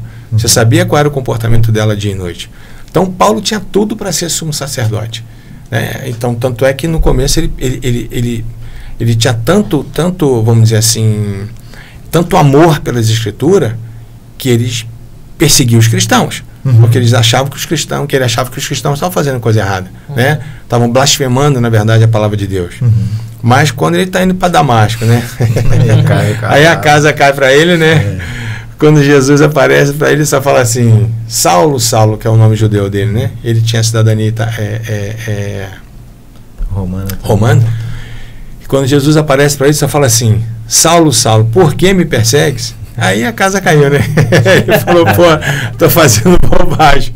Bacana. E aí, o livro do senhor é muito interessante. Eu fiz questão de adquirir ele já tem um tempo. E quando eu vi aquilo ali, eu fui mais inspirado, porque eu vi um filme chamado Paulo Apóstolo. Sim, e eu vi o bom. povo comentando a respeito. Tem um livro aqui do Dr. Greco. Aí o pessoal, mas o Greco é direito penal. Aí quando foi ver, realmente tinha Na verdade, era um projeto que eu tinha de escrever sobre alguns personagens bíblicos assim, dessa forma, né? Então tem muito personagem bacana, que tem muita lição para dar pra gente, né? Davi, por exemplo. Então, assim, Davi era um homem segundo o coração de Deus. Olha o tanto de cagado que Davi fazia. Exatamente. Aí vê, Davi é igualzinho a gente, né? Era o único que tinha que ser fazia, consumido, né? O tanto de coisa que Davi fez de errado e ainda assim era um homem segundo o coração de Deus. Né? Ele reconheceu o erro dele. Reconheceu o erro. Então, assim, aí você vai vendo, né? Cada personagem com a sua característica diferente, né? Pedro, né? Se você olhar Pedro... A Bíblia fala que Pedro era iletrado e inculto. Pedro era analfabeto. Então, o famoso pouca leitura? Era pouca leitura. Só que era um cara, né? Aquele cara de rompante, um cara que amava tanto a Cristo que a história diz, né? A gente não tem isso comprovado, né? Mas diz que na hora da morte de Pedro, ele foi crucificado de cabeça para baixo. Porque quando ele foi para ser crucificado, ele falou que não era digno de morrer como Jesus, como né? Cristo. Aí crucificaram Pedro. Assim, a gente não tem provas, né? Falar, como é que você prova? Não. A história, né? Até os pais da igreja citam essas, mas não existe aquela prova cabal ali. De todos, né, os apóstolos, o único que não teve uma morte dolorosa foi João, que morreu na ilha de Patmos. Aí eu te pergunto assim, cara, você morreria por uma mentira? Se tudo aquilo que eles contaram era mentira, você morreria por isso? Entregar a própria vida para isso? Por uma mentira? Ah, meu irmão, né? Assim, esquece. Eu não faria isso por uma verdade, quanto mais por uma mentira. Não tem como então, não acreditar. Não tem. Então, assim, tem muitas coisas na Bíblia que a pessoa só não acredita porque ela realmente não quer. Ela não quer. E uma mentira não vingaria tanto tempo. Não. Né? Então as pessoas falam assim, não, que Jesus, né? Retiraram Jesus do túmulo, os discípulos esconderam o corpo de Jesus, tal. Eu falo, irmão, vocês acham que se eles tivessem escondido o corpo de Jesus, eles iam sofrer tanto desse jeito, sabendo que o corpo de Jesus estava morto, né? Então, assim, são muitas coisas, na verdade, são muitas passagens bíblicas assim, que fazem com que você tenha a convicção, a certeza que Jesus ressuscitou. Porque qual é a diferença de Jesus dos outros profetas que tinham na Bíblia? Todos os milagres que Jesus fez, outros fizeram. Todos fizeram. Ressuscitaram mortos, né? Fez o machado flutuar, multiplicou azeite da viúva, todos fizeram. Qual é a grande diferença de Jesus? Todos estão mortos. O único que sobreviveu, o único que ressuscitou é Jesus. Graças a Deus. Essa é a única diferença. Fora isso, Jesus não fez nada diferente dos outros. E mais, a coisa é tão doida que os próprios irmãos de Jesus achavam que era doido. É verdade. No livro de João fala isso mesmo, que inclusive eles chegaram até a expulsar Jesus, né, falando para ele, não vai para a Judéia pregar lá, porque assim, Jesus estava pregando em determinado... Maria entendia dessa forma. Maria teve uma concepção quando ela era virgem, e ainda assim ela chegou a duvidar da divindade de Jesus. Porque é difícil. Você imagina, estamos nós aqui, eu chego para vocês aqui, Alain, fica tranquilo que eu sou Deus, tá? Eu que mando nesse negócio todinho aqui. Mas tem uns que se acham, não é? Fora o Henrique Cristo, né? Mas não dá para você também julgar. Verdade. Né? Então, até a crucificação, ninguém acreditava, na verdade, que Jesus era Deus. Né? O que fez, na verdade, eles acreditarem não foi a crucificação, foi a ressurreição. Porque eles viram o corpo morto, né? O soldado romano meteu a lança no peito de Jesus.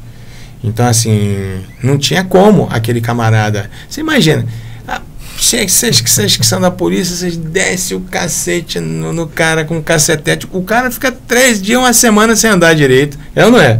Agora imagine o cara ser flagelado como Jesus foi, crucificado, com a lança no peito. Você acha que em 3 dias o cara estava inteirão andando com todo mundo? Tratamento brutal, isso é normal. Ué, rapaz, eu quero um tratamento desse, que eu sou todo arregaçado de jiu-jitsu aqui. Mas E eu vejo que até o povo, os cristãos, alguns, pode ser minoria, eles criticando os hebreus ou os judeus, falando, eles não aceitam Cristo.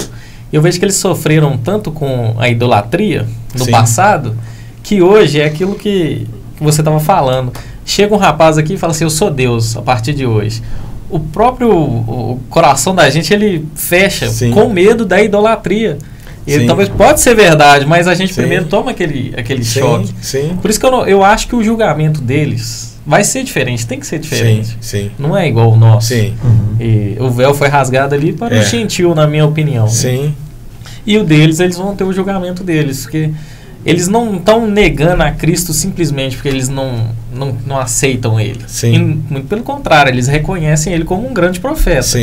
Só que o amor por Deus deles é tão grande que eles têm medo de cair na idolatria novamente. E outra coisa, né? O judeu, ele esperava um novo Davi, né? Um rei, um cara que chegasse, pau quebrasse para cima dos romanos e, né? Eles esperavam um guerreiro.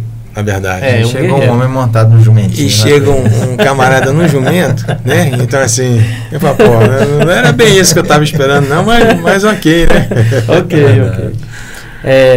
Nós temos um quadro aqui que chama Papo Reto com o Cidadão. Que aí a gente sai pra rua, entrevista o cidadão para saber qual é a sensação de segurança dele na região. Inclusive, vou pedir o Guilhermão para passar o vídeo da entrevista aí pra gente.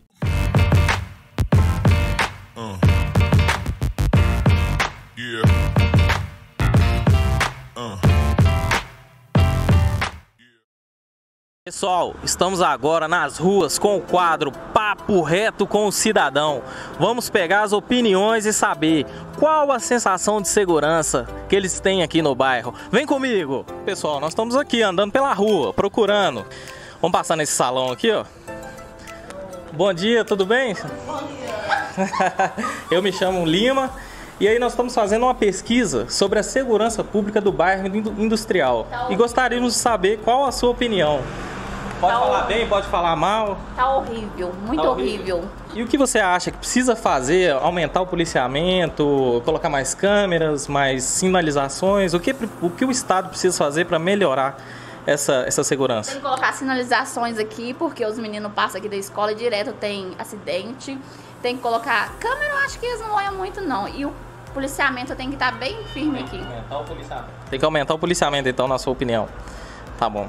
E é isso que a gente vai levar para as autoridades e aí ver o que possa ser feito pelo bairro. Muito obrigado, viu, gente, pela entrevista. Estamos aqui com um profissional da área de entregas, só que ele não quer se identificar temendo represálias. Qual a sua opinião hoje sobre a segurança? Falta segurança, né? Porque a gente não tem segurança privada e se acontecer algum tipo de assalto tem que acionar o 190, né? E a gente faz entrega sozinho, aí o risco existe sim. E você já foi assaltado, já teve algum dissabor desse aí na sua carreira? Já fui assaltado sim, 2 vezes. 2 vezes? 2 vezes. E como que foi? Você poderia descrever como que eles chegaram, abordaram? Simplesmente abordou eu e o colega meu que estava fazendo entrega e pediu que a gente entregasse o carro e a chave e levaram o carro com as mercadorias. E na sua opinião, o que o Estado poderia fazer para melhorar essa segurança? Olha, deveria ter mais policiamento nas ruas, entendeu? Porque muitas das vezes eles são acionados nos quartéis. Quando acontece algum tipo de assalto, aí se eles ficassem mais na rua, acho que inibia mais os miliantes. Então são 2 pontos, né? Mais policiamento e agilidade no acionamento da viatura. É verdade, aí a gente teria mais segurança durante a noite também. Estamos aqui no bairro Industrial, em Contagem. Vamos pegar mais uma opinião aqui. Bom dia, tudo bem? Qual é o seu nome? Atos. Ô Atos, nós estamos fazendo uma pesquisa sobre a segurança do bairro industrial aqui em Contagem e gostaríamos de saber qual é a sua opinião. Minha opinião, assim, sendo bem sincero, a gente como morador aqui já há bastante tempo se sente muito vulnerável, né? E principalmente para quem trabalha à noite e chega em casa muito tarde, ou às vezes também quem deixa a motocicleta aqui na rua, né? Já teve vários casos, inclusive, de assalto à mão armada aqui na porta de casa mesmo. Eu acho que valeria a pena aí uma atenção bem especial aqui pra gente, né? E na sua opinião, o que as autoridades competentes poderiam fazer para ajudar e aumentar essa sensação de segurança? Bom, na minha opinião, eu acho que deveria intensificar mais, né, as abordagens policiais. Um tempo atrás tinha até muito mais blitz aqui na própria Benjamin Guimarães, mas ao longo do tempo eu vi que também diminuiu bastante. Eu acho que seria mais intensificar mesmo o patrulhamento. Agora estamos com o Benedito e vamos pegar mais uma opinião. Senhor Benedito, bom dia. Qual a sensação do senhor de segurança em questão ao seu bairro? O meu bairro pra mim é bom, muito bom. Tá bom, você acha que precisa melhorar alguma coisa? Aqui tá bom, mas sempre pode melhorar, né? Melhorar fica melhor ainda, né? Qual que é o ponto crítico aqui do bairro que o senhor acha? É ponto de ônibus, o ponto mais vulnerável? Eu não vou em ponto de ônibus, sou difícil pegar ônibus. Iluminação do bairro tá ótima, policiamento também, ok? Passa direto. Então tá ok. É isso aí, meus amigos. Muito obrigado, viu? Pessoal, encerramos aqui o quadro Papo Reto com o Cidadão. E vocês puderam ver aí que uns falaram bem, outros falaram mal. Em breve vamos trazer novas entrevistas e novas opiniões da população. Fiquem com Deus.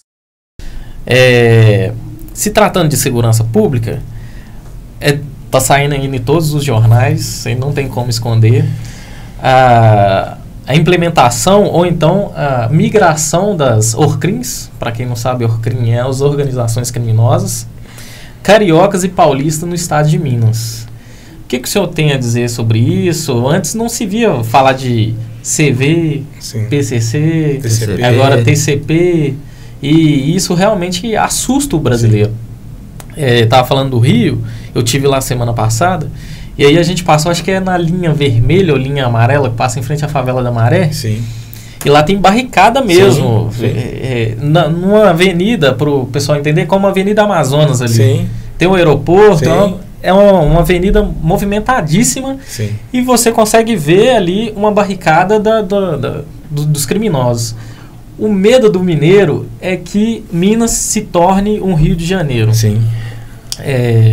Qual a medida que o senhor acha que o Estado está tomando ou deveria tomar, juntamente com o Judiciário, para frear esse avanço das ORCRIMs? Só para vocês terem uma ideia, elas já chegaram aqui tem muitos anos, né? Uhum. Então, o Comando Vermelho chegou em Minas, a notícia que a gente tem foi em 93.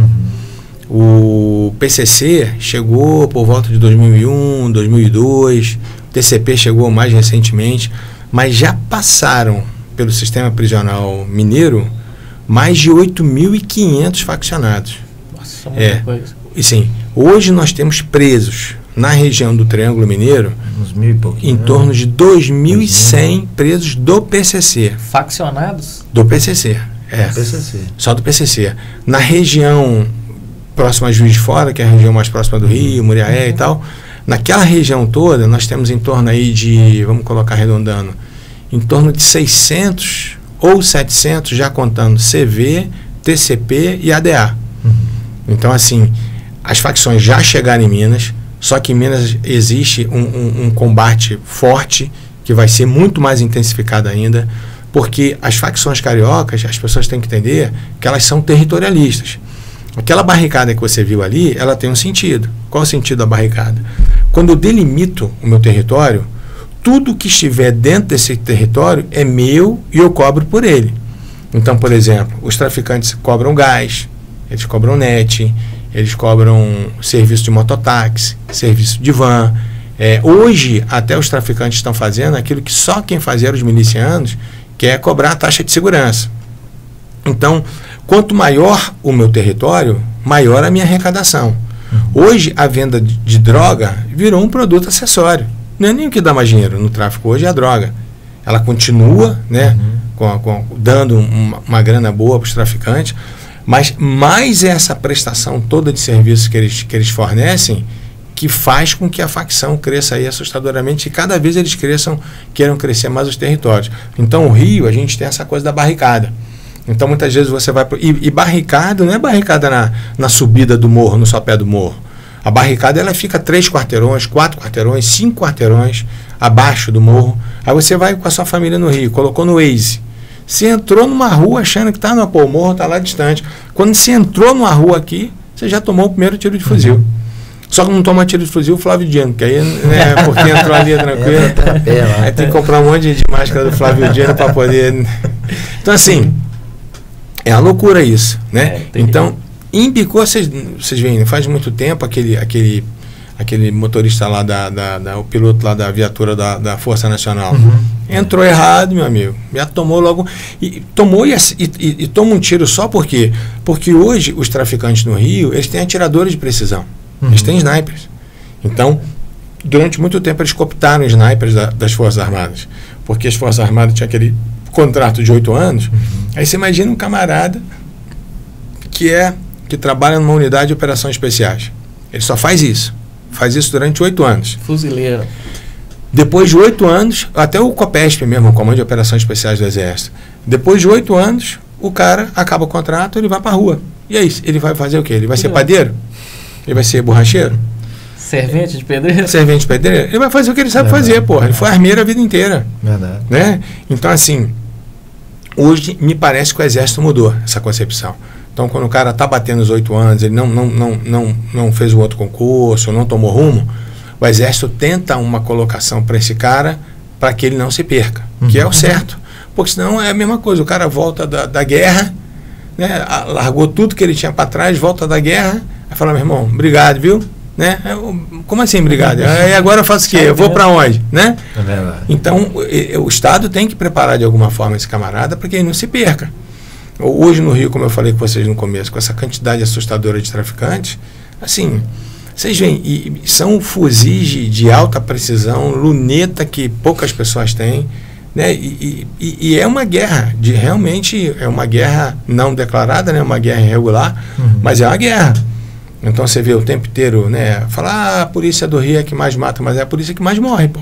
Exatamente. Então é proporcional a coisa. Sim. Então aí você vê muitas vezes umas jornalistas aí completamente enlouquecidas quando teve uma incursão da Polícia Civil não sei se foi no Jacarezinho ou na Maré, não sei, que matou 26 traficantes e morreu um policial civil quando desembarcou do blindado. No Rio, se tem treinamento para desembarcar do blindado, sob tiro, para poder retirar a barricada. Como é que o blindado entra? Cheio de trilho de trem fincado no asfalto. Como é que entra? Cheio de latão concretado. Como é que entra agora com cancela, que eles colocam aquelas cancelas tipo linha de trem? Que você não, aí o BOP, já de muitos anos, ele tem aquilo que eles chamaram de Robocop, né? Que é a retroescavadeira. Que é quando vem, porque antigamente usava da prefeitura, né? Mas coitado do cara da prefeitura lá, né? Pega o negócio não tem blindagem nenhuma. Aí agora o BOP tem, já há muitos anos isso. Ele tem a retroescavadeira que chega lá e ela é blindada? Blindada. A cabine? Então assim, mas é uma situação surreal, uma situação que só acontece no Rio. Mas por que a gente tem que entender essa situação do Rio? Para não permitir que chegue nos outros estados. Exatamente. É isso que eu falo com a tropa aqui. Não, isso acontece no Rio. Amigo, há 10 anos não tinha fuzil aqui em Minas. Hoje, se você for em qualquer morro, você acha fuzil. Não acha na quantidade que a gente tem no Rio, né? Mas acha. Então já é cara fazendo gracinha, dando tiro pro alto, baile funk, não sei o quê. Então, quando a gente tem a reunião da Câmara de Segurança, que todos os comandantes de força estão reunidos, a gente discute muito isso, fala, cara, a gente tem que fazer operações constantes. Não é uma operação hoje, outra daqui a 40 dias. É passar o rolo compressor mesmo, sabe, sufocar, porque senão os caras se mantêm ali. Porque não adianta, eu fiz uma operação pancada hoje, bum, bacana. Uma semana depois está tudo de volta. É verdade, isso não é? É verdade. Então, é baile funk? Amigo, eu vou chegar antes do baile funk. Eu vou arrancar a caixa de som, eu vou arrancar o amplificador. Não tem baile funk. Porque tem um ditado que fala o seguinte, que é melhor você matar a serpente quando ela está no ovo. Deixou sair, amigo, é muito mais difícil, né? Verdade. E eu creio que o TCP, que hoje ele domina a região do Cabana ali, ele sentiu essa pressão e que não é igual lá no Rio. Isso aí. Foi muito importante essa ação da PM. Eles picham a Estrela de Davi. Estrela de Davi. Você sabe por que eles fazem isso? Não. O espírito de loucura é tão grande que eles são chamados de traficantes. Eles acham que eles atuam com base no Velho Testamento. Se você olhar os fuzis dos camaradas, eles escrevem lá, Tropa de Salomão. Sim. É uma loucura. Por isso a Estrela de Davi. No Rio eles criaram o Complexo de Israel, e aí o símbolo deles, basicamente, do Peixão, né, que é o 01 do TCP, é a Estrela de Davi. Mas pode ser que através desse tipo de adoção agora, talvez consiga-se, às vezes, incluí-lo no rol dos crimes de terrorismo, né, por causa do aspecto da religião. Sabe por que não, Alan? Não sei. Talvez por esse teu viés, sim. Porque quando é que foi criada a lei antiterror? Na época da Dilma. Sim. E a Dilma era o quê? Então, assim, se você for olhar a lei antiterror, você não vê o terrorismo político, não está lá. Sim. Que é um dos fundamentos, sabe, um dos mais comuns é o terrorismo de natureza política, e não está lá, não está previsto na lei. Eu só acredito que o Peixão poderia ser enquadrado porque ele está expulsando o pessoal de outras religiões, e sempre com a característica armada e tudo. Sim. Então, assim, por esse viés, sim. Dentro do aspecto do que diz a lei, daria para poder, né, pode ser, argumentar nesse sentido. Eu nunca tinha pensado nesse raciocínio, não, é interessante. Por conta desse lado dele. E se for, seria a primeira condenação, assim, na atualidade, né, de um terrorista dentro dessa exposição. Só que aí você, na minha opinião, seria importantíssimo já ter esse primeiro passo, mas você feriria também a isonomia, porque os outros fazem a mesma coisa que o Peixão faz, só que não expulsa da comunidade. Eles são tão virulentos, tão truculentos quanto ele. Então, por que só o Peixão que tirou um terreiro de Umbanda da comunidade vai responder pelo terrorismo, enquanto o CV, que é infinitamente maior do que o Peixão, não? Aí teria que alterar a legislação. E tem que alterar. Verdade. Tem que alterar. A gente está caminhando para o fim, né, do podcast. Gostaria de entregar para o senhor, já até tinha passado mais cedo, Opa. o livro Alfa Bravo, né, Brasil. Bacana. Pessoal, esse livro aqui fala sobre domínio de cidades, aqueles grandes assaltos que assolou o Brasil mais recentemente, né? Tivemos vários casos aí, Araçatuba, né, Criciúma e tantas outras cidades, Campinas, né? Começou em 2015 lá com Campinas. E o Grupo Alfa Bravo Brasil é composto por vários pesquisadores da segurança pública que conseguiram destrinchar esse fenômeno, e esse livro aqui resultou até num projeto de lei, que é o 5365 de 2020, que foi aprovado na Câmara dos Deputados, e agora a gente presentear o doutor Rogério Greco. Opa, obrigado, Simão. Vou ler com o maior prazer. E o outro presente sensacional. É esse aqui, ó, Criminologia por Outro Ângulo. Bom de ver aqui que só ganha presente. É outro livro que a gente publicou. Esse fala do aspecto da criminologia, tentando explicar, né, desde a sua origem, mas também trazendo inovações dentro dos conceitos, né, a respeito de investigação do crime e tal. Bacana. E aqui tem a questão também dos planos de defesa contra a domínio de cidades, que é como se fosse uma parte acessória do livro Alfa Bravo Brasil, e gostaria de deixar em suas mãos esse presente também. Valeu demais. Brigadaço, viu? Foi uma honra estar aqui com você. A honra é minha, porque eu estou diante do doutorado. Tem mais de 20 livros, pessoal. Tem mais de 20 livros, obras que eu mesmo já fiquei horas lá folheando. Inclusive, quero parabenizar o senhor, que o senhor me inspirou. Aqui no livro tem a nota do autor. Ah, legal. E eu fiz a nota do autor inspirado no que o senhor fez. Boa. Nos seus livros lá, com a nota do autor. Pelo menos o livro serviu para alguma coisa. Aquilo me chamou a atenção, eu olhei e falei assim, não. E tocou em mim, porque eu estava passando por um momento muito complicado na minha vida, né? Negócio de divórcio e tudo. Sim. E aquilo ali me chamou muito. Até falei, não, peraí, deixa eu consertar a minha vida, e graças a Deus já retornei. Lá tá vendo. Então pode saber que Deus usou muito a vida do senhor aí. Obrigado demais, gente. Então nós agradecemos e até a próxima.